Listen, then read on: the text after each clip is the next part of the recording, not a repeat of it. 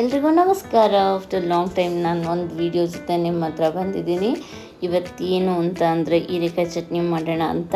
ಅಯ್ಯೋ, ಒಂದು ವೀಡಿಯೋ ಮಾಡ್ತೀರಾ, ಯಾವಾಗಲೂ ಬರ್ತೀರಾ, ಬಟ್ ಸೀರಿಯಸ್ಲಿ ನಿಜ ಹೇಳ, ನಿಮ್ಮ ಹತ್ರ ರೆಗ್ಯುಲರಾಗಿ ವೀಡಿಯೋ ಮಾಡಬೇಕು ಅನ್ನೋದು ನನ್ನ ಆಸೆ. ಆ್ಯಕ್ಚುಲಿ ನನ್ನ ಮಗುನೇ ಕೈ ಬಿಡಲ್ಲ, ಈಗಂತೂ ಯಾರ ಹತ್ರನೂ ಹೋಗಲ್ಲ. ಬಟ್ ನೋಡೋಣ, ಇನ್ನೇನು 1 ಇಯರ್ ಆಗ್ತಾ ಬಂದಿದೆ, ಇನ್ನೊಂದು ವೀಕ್ ಕಳೆದ್ರೆ ಅವನಿಗೆ 1 ಇಯರ್ ಆಗುತ್ತೆ. ಎಲ್ಲರೂ ಹೇಳ್ತಾರೆ ಅವ್ನಿಗೆ 1 ಇಯರ್ ಆದಮೇಲೆ ನಿನ್ನ ನಿಜ ಗೊಳಿಕೊಳ್ಳಲ್ಲ ಅಂತ. ಬಟ್ ನಾನು ದೊಡ್ಡ ಮಗನೂ ಹೀಗೆ ಮಾಡ್ತಿದ್ದ. ಬಟ್ ಇದ್ರ ನಡುವೆ ನಾನು ಎಷ್ಟು ವೀಡಿಯೋಸ್ ಶೂಟ್ ಮಾಡ್ಕೊಂಡಿದ್ದೀನಿ ಅಂತ ಅಂದರೆ ಅಷ್ಟು ಮಾಡ್ಕೊಂಡಿದ್ದೀನಿ. ಬಟ್ ಅದನ್ನು ಎಡಿಟ್ ಮಾಡೋಕ್ಕೆ ಟೈಮ್ ಸಿಗ್ತಿಲ್ಲ, ವಾಯ್ಸ್ ಕೊಡೋದಕ್ಕೆ ಟೈಮ್ ಸಿಗ್ತಿಲ್ಲ. ನಾನು ಏನು ಮಾಡಲಿ? ಬಟ್ ವಾಟೆವರ್, ನಾನು ಎಷ್ಟು ನೈಟ್ ಒಂದೊಂದು ದಿನ ಅಂತೂ 1:30-2ವರೆಗೂ ಎದ್ದಿರ್ತೀನಿ. ಮಾರ್ನಿಂಗ್ ಮತ್ತೆ ಎದ್ದೇಳಬೇಕು. ಈಗಂತೂ ನಂಗೆ ಟೈಮೇ ಇಲ್ಲ. ಯಾಕೆ ಅಂದರೆ ಈಗ ನನ್ನ ಮಗನಿಗೆ ಸ್ಕೂಲ್ ಶುರುವಾಯಿತು. ನಾನು ನೈಟ್ ಎಷ್ಟೊತ್ತಿಗೆ ಮಲಗಿದ್ರೂ ನಾನು ಮಾರ್ನಿಂಗ್ ಏಳಲೇಬೇಕು. ಇದ್ರ ಕಾರಣದಿಂದ ನನಗೆ ಏನು ಮಾಡೋದಕ್ಕೂ ಟೈಮೇ ಸಿಗ್ತಿಲ್ಲ.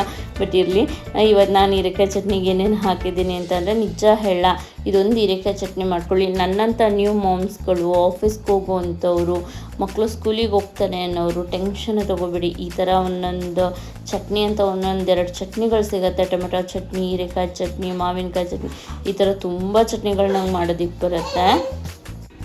ಓಕೆ, ಇದ್ದಿದ್ದೆ ಬಿಡಿ.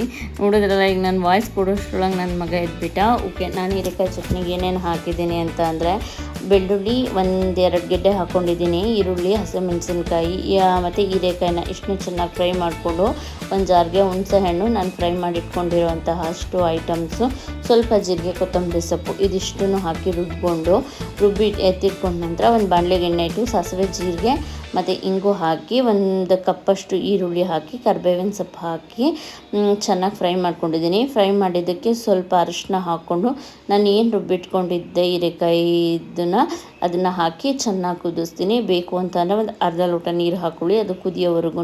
ಇಲ್ಲ ಬೇಡ ಅಂದರೆ ಅದೇ ನೀರಿನ ಅಂಶ ಬಿಟ್ಕೊಂಡಿರುತ್ತೆ, ನಡೆಯುತ್ತೆ. ನಿಮಗೆ ರುಚಿಗೆ ತಕ್ಕಷ್ಟು ಎಷ್ಟು ಉಪ್ಪು ಬೇಕೋ ಅಷ್ಟು ಉಪ್ಪು ಹಾಕ್ಕೊಂಡು ಸ್ವಲ್ಪ ಬೆಲ್ಲ ಹಾಕ್ಕೊಳ್ಳಿ. ನಾನು ಒಂದು ಹೇಳ, ಯಾವುದೇ ನೀವು ಖಾರದ ಪದಾರ್ಥ ಮಾಡಿ ಸ್ವಲ್ಪ ಸ್ವೀಟಾಗಿ, ಯಾವುದೇ ಸ್ವೀಟ್ ಪದಾರ್ಥ ಮಾಡಿ ಸ್ವಲ್ಪ ಸಾಲ್ಟ್ ಹಾಕಿ, ರುಚಿ ಮಾತ್ರ ಅದ್ಭುತವಾಗಿರುತ್ತೆ.